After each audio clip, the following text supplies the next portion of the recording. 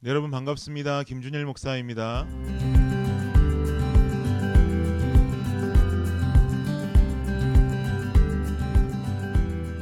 네, 여러분 오늘은 연약함이라는 주제로 말씀을 전하려고 합니다. 먼저 본문을 읽고 말씀 전하도록 하겠습니다. 오늘 본문 말씀은 요한일서 4장 19절부터 21절까지 말씀입니다. 요한일서 4장 19절부터 21절까지 말씀 우리 한 목소리로 읽어볼까요? 시작. 우리가 사랑함은 그가 먼저 우리를 사랑하셨음이라. 누구든지 하나님을 사랑하노라 하고 그 형제를 미워하면 이는 거짓말하는 자니 보는 바 그 형제를 사랑하지 아니하는 자는 보지 못하는 바 하나님을 사랑할 수 없느니라. 우리가 이 계명을 주께 받았나니 하나님을 사랑하는 자는 또한 그 형제를 사랑할지니라. 아멘. 네, 여러분 우리가 요한일서 말씀 계속해서 우리 숨예배를 통해 보고 있지만 여러분 보시다시피 요한일서에서 끊임없이 강조하고 있는 것은 바로 사랑이라는 단어입니다. 특히나 요한일서 3장 그리고 4장은 사랑 그리고 십자가에 관한 강조를 더욱 두드러지게 하고 있는 파트가 되겠습니다. 그 중에서도 백미가 되는 말씀이 바로 오늘 우리가 방금 읽은 본문의 말씀입니다. 크리스마스 주간에 있는 숨예배인 만큼 더욱 우리가 생각해 봐야 할 주제가 아닌가 생각해 봅니다. 본문 19절 말씀 보면서 우리 말씀 시작해 보죠. 19절 말씀 한 목소리로 읽겠습니다. 시작. 우리가 사랑함은 그가 먼저 우리를 사랑하셨음이라. 아멘. 우리가 사랑한다라는 것은 형제 간의 그리고 자매 간의 사랑을 말합니다. 제가 늘 강조하는 십자가로 표현한다면 수평의 사랑을 말하는 것이죠. 즉 우리가 십자가 모양에서 이 수평의 사랑을 행해야 함은 그 이유가 뭐라고 말하는 거예요? 그가 먼저 우리를 사랑하셨습니다. 영어 성경에는 because라는 접속사가 두 개의 문장을 이어주고 있어요. 즉 우리는 수평의 사랑을 한다. 왜냐하면 예수께서 우리를 먼저 사랑하셨기 때문이다. 제가 수평 아까 이렇게 그랬죠. 잘못했네요. 다시 할게요. 즉 우리는 수평의 사랑을 한다. 왜냐하면 예수님께서 우리를 먼저 사랑하셨기 때문이다. 십자가로 다시 한번 비유하자면 수직의 사랑이 있었기 때문에 우리는 수평의 사랑을 실천해야 한다라는 이야기가 되는 것이죠. 수직이 먼저다, 수평이 먼저다. 뭐가 먼저예요? 수직이 먼저란 얘기예요. 먼저 그려진 수직의 직선 때문에 우리는 이 직선 때문에 어쩔 수 없는 수평의 직선을 그리는 그리스도인들이 되어야 한다라는 이야기를 하는 겁니다. 20절 말씀도 보겠습니다. 함께 읽을게요. 시작. 누구든지 하나님을 사랑하노라 하고 그 형제를 미워하면 이는 거짓말하는 자니 보는 바 그 형제를 사랑하지 아니하는 자는 보지 못하는 바 하나님을 사랑할 수 없느니라. 누구든지 하나님을 사랑한다라고 하고 그 형제를 미워하면 이것은 거짓말하는 사람이다라는 거예요. 어떤 것에 대한 거짓말하는 거예요? 거짓말이라고 하는 이 단어가 연결되는 말은 20절 시작에 나오는 하나님 사랑과 연결되어 있는 거예요. 니네 하나님 사랑한다고 하나님 찬양하고 기도하고 고백하고 하나님 사랑한다는 고백들 다 여기에 담아서 살고 있지. 그런데 그렇게 아무리 살아봤자 니네 삶 속에 뭐가 없으면 형제 사랑이 너희 삶 속에 없으면 하나님 사랑한다고 찬양하는 것, 하나님 사랑한다고 기도하는 것, 하나님 사랑한다고 고백하는 삶 모두 다 뭐다? 거짓말이다라는 거예요. 그리고 20절에 이어지기를 보는 바 그 형제를 사랑하지 아니하는 자는 보지 못하는 바 하나님을 사랑할 수 없느니라. 지금 뭐라고 말하냐 하니까 보이는 형제를 사랑하지 못하는 녀석이 어떻게 보이지 않는 하나님을 사랑할 수 있겠니? 형제는 보이기라도 하지. 그 보이는 형제마저 사랑하지 못하는 놈이 어떻게 보이지 않는 하나님 사랑할 수 있어? 그러니까 그거 순뻥이야 라고 말하는 거죠. 그리고 오늘 마지막 본문되는 21절도 보세요. 함께 읽을게요. 시작. 우리가 이 계명을 주께 받았나니 하나님을 사랑하는 자는 또한 그 형제를 사랑할지니라. 그러니까 우리 정신 차리고 하나님 사랑한다고 우리가 고백할 수 있는 사람들이라면 우리가 찬양하면서 주님 사랑해요, 기도하면서 주님 사랑해요, 삶의 고백 속에서 주님 사랑해요라고 고백하는 자들이라면 그 증거로 우리 주변의 형제들을, 우리 주변의 자매들을 사랑하는 삶을 좀 살자라고 지금 권면하는 겁니다. 그런데요, 이 21절, 방금 읽었던 이 21절의 한국어 성경 버전은 굉장히 권면적이고 부드러운 어조로 느껴지는 반면 영어 성경을 보니까요, must라는 단어가 사용되어지면서 하나님을 사랑하는 자는 또한 그 형제를 사랑해야만 한다라는 어떤 결코 권면적이지 않고 결코 부드럽지 않은 아주 강한 어조로 말씀되었음을 알 수가 있어요. 결국 우리는 이웃사랑 그까짓 거 이루어내도 좋고 아니어도 어쩔 수 없는 자들이다라는 말이 아니라 니네가 그리스도인이라고 한다면 어떻게 해야 한다? 반드시 이루어내야만 한다라는 하나님의 강한 권면이다라는 거예요. 하나님을 사랑하는 자는 형제를 사랑해야만 한다라는 강한 어조의 명령이란 말입니다. 여러분 생각해보면 참 충격적인 말씀이에요. 20절에서 말하는 것을 토대로 우리의 삶을 조명해 본다면 우리 중에 뭐 뻥쟁이 아닌 사람 누가 있겠어요? 형제 사랑에 관련해서 아주 사소한 부분들까지 돌아본다면 뭐 누군가 미워하고 정죄하고 뭐 이거 뭐 내 마음속으로 미워하고 정죄한 것까지 모두 다 합치면 우리 모두는 뻥쟁이라는 호칭에서 쉽게 자유롭지는 못할 겁니다. 전부 다 뻥쟁이라는 단어에 걸리게 되어 있어요. 하나님 사랑한다면 형제 사랑해야만 돼. 형제 사랑하지 못하면 하나님 사랑한다는 거 그거 뻥이야 라는 이 명제에 관해서 우리가 누구를 미워하고 정죄한다는 사실이 내 삶뿐 아니라 내 마음속에라도 사소하게 남아있다면 하나님 사랑한다는 그 고백 뻥이란 말이에요. 이 뻥쟁이란 호칭에서 자유롭지 못하단 말이에요. 그리고 사실 저는 보이지 않는 형제 사랑하는 것보다 보이지 않는 하나님 사랑하는 것이 더 어렵다고 지금 요한은 말하고 있는데 죄송합니다. 저는 사실 이 부분에 동의할 수가 없어요. 저는 솔직하게 말씀드리면 보이지 않는 하나님 사랑하는 게 더 쉬운 것 같아요. 인생의 희노애락 중에서 우리의 관계를 깨버리는 것은 사실 노여움과 슬픔이거든요.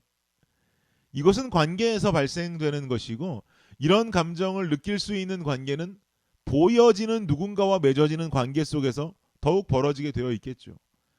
차라리 보이지 않으면 보이지 않는 존재와 무슨 뭐 노여움이라는 관계가 있겠어요? 슬픔이라는 감정이 있겠어요? 존재하지 않겠죠. 성경은 형제사랑, 자매사랑, 나아가 이웃사랑이라는 부분에 대해서 굉장히 단호하고 직선적으로 이야기하고 있지만 실상 삶 속에 우리가 받아들이는 이웃사랑이라는 주제, 이것은 결단코 간단하게 행할 수가 없는 주제입니다. 오늘 본문은 아니지만 요한일서 5장으로 넘어가서 한 구절의 말씀을 더 보도록 합시다. 요한일서 5장 1절 말씀 우리 함께 읽어볼까요? 시작. 예수께서 그리스도이심을 믿는 자마다 하나님께로부터 난 자니 또한 낳으신 이를 사랑하는 자마다 그에게서 난 자를 사랑하느니라. 아멘. 뭔가 한 방에 이해가 가지를 않아요. 좀 문장이 안에서 꼬여 있습니다. 제가 현대인의 성경을 읽어드릴게요. 현대인의 성경을 보면 이해가 바로 될 겁니다. 현대인의 성경에서는 말하기를 예수님이 그리스도이심을 믿는 사람은 누구나 하나님의 자녀입니다. 그리고 하나님 아버지를 사랑하는 사람은 그분의 자녀들도 사랑합니다. 여러분 이해가 되십니까? 하반절 말씀 보세요. 하나님 아버지를 사랑하는 사람은 누구를 사랑해요? 그분의 자녀들도 사랑한대요. 이것은 정말 너무나도 우리가 머리로는 잘 알고 있는 원리인데 실상 자꾸 잊어버리기도 하는 사실이기도 합니다. 그래서 이 부분을 오늘 마음으로 받고 마음속에 좀 새겨 넣으면 좋겠는데요. 무슨 말이냐면 우리가 세상 속에서 관계를 맺는 형제와 자매들은 우리가 형제요 자매로 호칭하는 만큼 그들을 만드신 아버지도 같은 아버지라는 사실이에요. 무슨 말이냐? 즉 나도 하나님 아버지의 창조물이지만 나만 하나님 아버지의 창조물이 아니라 쟤도 하나님 아버지의 창조물이다라는 사실이죠. 이 땅에 하나님 아버지의 창조물이 아닌 인간이 한 명이라도 있겠어요? 없어요. 요한복음 1장 3절에 말하기를 만물이 그로 말미암아 지은 바 되었으니 지은 것이 하나도 그가 없이는 된 것이 없느니라 라고 사도 요한이 말했잖아요. 만물이 그로 말미암아 지은 바 되었다. 세상에 존재하는 것 그 어느 것 하나 하나님 아닌 다른 루트로 창조되어진 것은 없단 말이에요. 그럼 우리 안에 궁금증이 생기게 됩니다. 나를 끊임없이 괴롭히는 누군가가 있다라고 가정해 봅시다. 나를 욕하는 누군가가 있습니다. 나를 화나게 하는 누군가가 있습니다. 이웃사랑을 도저히 실천할 수 없게 하는 누군가가 있단 말입니다. 도저히 이 사람 때문에 나는 살 수 없습니다. 그런데 하나님께서 이 사람도 사랑하셔서 창조하셨다라고 한다면 이 사람이 가지고 있는 인간적인 성격의 결함들도 주님께서 만들어 놓으신 것입니까? 라는 질문이 생기게 돼요. 여러분 맞을까요? 어떤 한 인간이 가지고 있는 성격의 결함, 잘못된 악함들 이것 또한 주님께서 만들어 놓으신 것일까요? 전 그렇지 않다고 생각해요. 생각해 보세요. 아담과 하와가 만들어졌어요. 에덴 동산에 살면서 그들은 너무나도 평화스러운 삶을 살았어요. 그러나 그들은 하나님 명령이 주어졌음에도 불구하고 먹지 말라는 선악과를 사단의 유혹에 의해서 먹게 됩니다. 그리고 결국 에덴 동산에서 쫓겨나게 되죠. 그리고 에덴 동산을 나와서 그들이 출산을 하게 되는데 둘 사이에서 가인이라는 자와 아벨이라는 자가 태어나게 됩니다. 생각해봐요, 여러분. 선악과를 먹기 전에 아담과 하와는 서로를 향한 정죄, 다툼 없었어요. 뼈 중에 뼈요, 살 중에 살이로다 하는 사랑의 고백은 있었을지 몰라도 서로를 향한 정죄와 다툼은 없었어요. 그러나 선악과를 먹은 후에 아담은 하나님 앞에서 선악과를 자신이 먹게 된 이유는 다 당신이 지은 저 하와 때문이다라고 하와를 정죄하기에 이릅니다. 왜 그래요? 인간에게 죄가 들어갔기 때문이죠. 그리고 에덴 동산에서 쫓겨나서 낳은 아들 가인은 자신의 동생인 아벨을 살인하게 됩니다. 그리고 이어지는 가인의 족보 속에서 가인의 7대 손인 라멕이라고 하는 자가 또 살인을 저질렀다라는 기록이 성경에 나옵니다. 무슨 말이에요? 하나님은 누구를 공격하는 존재로, 누구를 정죄하는 존재로 인간을 만들지 않았습니다. 그러나 사단을 통해서 우리 안에 들어온 죄악이라고 하는 것이 우리를 그런 존재들로 둔갑시켜버렸어요. 저는요, 우리가 잘 알고 있는 로마서 말씀을 읽으면서 참 재미난 사실을 발견했습니다. 로마서 5장 8절 말씀 보십시오. 한번 읽어볼게요. 시작. 우리가 아직 죄인 되었을 때에 그리스도께서 우리를 위하여 죽으심으로 하나님께서 우리에 대한 자기의 사랑을 확증하셨느니라. 이거 너무나 잘 알고 계시는 말씀이죠. 우리가 아직 죄인 되었을 때에 그리스도께서 우리를 위해서 죽으셨다. 그런데 이 말씀 이전에 5장 6절의 말씀이 나오는데 이 5장 6절 말씀은 여러분 익숙하진 않을 겁니다. 그런데 5장 6절 말씀을 읽어보니까 우리가 방금 읽었던 잘 아는 8절 말씀, 이 말씀이 6절 말씀을 그대로 한 번 더 강조한 말씀임을 알 수가 있더라고요. 5장 6절 보세요. 읽어볼게요. 시작. 우리가 아직 연약할 때에 기약대로 그리스도께서 경건하지 않은 자를 위하여 죽으셨도다. 8절에서 말하는 우리가 아직 죄인 되었을 때에 라는 말이 6절에서 먼저 사용되기는 연약할 때라는 말로 사용이 됩니다. 즉 관계의 어려움을 경험하고 있습니까? 도저히 용서할 수 없을 만큼이나 내게 공격적이고 도저히 받아들일 수 없을 만큼 나를 정죄하고 그로 인해서 관계에 어려움이 있어서 도저히 그를 사랑할 수가 없다고 한다면 이러한 내 모습으로 인해서 오늘의 본문에서 말하듯이 형제사랑, 자매사랑, 이웃사랑 이룩하지 못해서 하나님 사랑이 거짓된 사랑이라고 일컫는 사도 요한의 가르침에 내 자신이 뜨끔하고 있다라고 한다면 우리는 생각을 바꾸고 결단할 수 있어야 합니다. 내가 도저히 받아들이지 못하는 상대의 결함은 하나님께서 지으신 모습이 아니라 죄로 인해서 뒤집어쓴 잘못된 모습입니다. 그러면 죄는 무엇으로 기인함이냐? 로마서 5장 6절에서 먼저 말하듯 연약함이라는 것에서 기인한단 말입니다. 연약함이 유혹에 무너지고 결국 죄악에 빠지게 하고 내게 잘못된 성격과 내면을 만들어낸다면 그것이 나라는 존재와 부딪혀서 관계의 어려움을 만들어내고 있다고 한다면 이것은 단순히 상대를 죽이든 미워하고 반격해서 해결할 수 있는 일이 아니란 말이죠. 그렇게 되면 계속 싸움만 커지고 싸움만 계속 일어나게 되는 거예요. 여러분 그렇다면 한 번쯤 고민해봐야 될 문제가 아닐까요? 결국 상대의 연약함에 기인한 이 문제를 놓고 도저히 용서할 수 없는 상대의 연약함을 위해서 기도해 주어야 하지 않을까 생각해 봅니다. 아직 연약하고 아직 죄인 된 날 위에 십자가에 달리셨던 예수님의 가르침이 여러분 이것 아닐까요? 예수님은 우리에게 몸소 그것을 보여주셨어요. 네가 아직 연약할 때, 네가 아직 죄인 되었을 때에 내가 십자가에 달렸다. 널 위해서. 용서하는 마음 가지고 사랑하는 마음 가지고 널 위해 십자가에 달려 죽었다. 그리고 오늘날 살아가고 있는 우리에게 말씀하고 계세요. 누군가의 관계에 어려움이 있어? 누군가 나를 공격하고 있어? 누군가 나를 정죄하고 있어? 죽일 만큼 싫고 사랑할 생각조차 할 수 없는 자가 있어?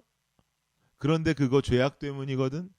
그리고 그 죄악은 그 사람이 잘못되어서가 아니라 그 죄악은 그 친구가 연약하기 때문에 그런 거거든. 그렇다면 그 연약함을 상대로 해서 네가 싸울 게 아니라 그 연약함을 위해서 무릎 꿇어야 할 때가 아닐까? 주님께서 말하고 계세요. 누구처럼? 내가 너에게 보여주었던 그 모습 그대로 네가 나와 동일하게 보여줄 수 있겠니? 라고 말씀하십니다. 사랑하는 여러분, 이번 성탄의 주간 이 부분을 함께 묵상하면 좋겠습니다. 그리고 또 다른 측면에서 나를 통해 누군가가 고통을 겪지는 않을지, 역시 나 또한 연약한 존재며 그로 인해 나도 죄성을 뒤집어섰다는 것을 생각하고 나 자신 또한 돌아보는 시간이 되면 좋겠습니다. 그래서 결국 요한이 말하는 사랑의 단계, 그리고 예수님이 말씀하시는 십자가의 올바른 그림을 자신 있게 그려볼 수 있다면 참 좋겠습니다. 어떤 어려움이 있습니까? 얼마나 상대를 미워하고 있습니까? 어떻게 인간 같지도 않은 사람이 있을까라고 생각하고 있습니까? 죄 때문입니다. 그 죄는 연약함 때문입니다. 그 연약함은 누가 누구에게 손가락질할 수가 있겠습니까? 내게도 있을지 모르는 것을 말입니다. 무릎 꿇고 그를 위해서 도저히 하기 힘들어도 그 연약함을 위해 기도해주고 주님 앞에 더 나아올 수 있도록, 그리고 또한 그 기도를 드리며 나 또한 주님 앞으로 더 가까이 나올 수 있는 저와 여러분들이 되시기를, 그 연약함을 벗어나 사랑함으로 나아갈 수 있는 저와 여러분이 되시기를 주님의 이름으로 축복합니다. 기도하겠습니다. 하나님 감사합니다. 관계 어려움 속에 죄악으로 인함을 발견하게 됩니다. 그 죄악은 연약함으로 기인함을 발견하게 됩니다. 주님, 이러한 진리를 우리 마음속에 새겨두게 하여 주옵소서. 그리고 주님 말씀하십니다. 네가 싫어하고 있는 그 형제, 네가 싫어하고 있는 그 자매가 내가 만든 나의 또 하나의 창조물이다. 주님, 잘못했습니다. 안아주고 감싸주고 싸우고 반격하는 그 모습보다는 연약함에 기인한 그 불쌍한 영혼을 위해서 오늘 1분이라도 무릎 꿇을 수 있는 나의 모습이 되게 하여 주옵소서. 그리고 또한 나의 연약함으로 인해서 상처받고 있을 누군가가 있다는 것을 깨닫고 나의 연약함조차도 말씀을 통해, 예배를 통해 강인함으로 더욱더 이끌어갈 수 있는 우리의 삶의 자세가 되게 하여 주옵소서. 지금은 우리 주 예수 그리스도의 은혜와 무한하신 하나님 사랑과 놀라운 성령의 은총이 오늘 예배를 통해서 연약함이 강인함으로 바뀌기를 결단하는 모든 청년들 머리 위에, 그리고 상대를 향한 그 연약함을 위해서 무릎 꿇기를 결단하는 모든 청년들의 머리 위에 지금으로부터 영원까지 함께 하시기를 예수 그리스도 이름으로 축원하옵나이다.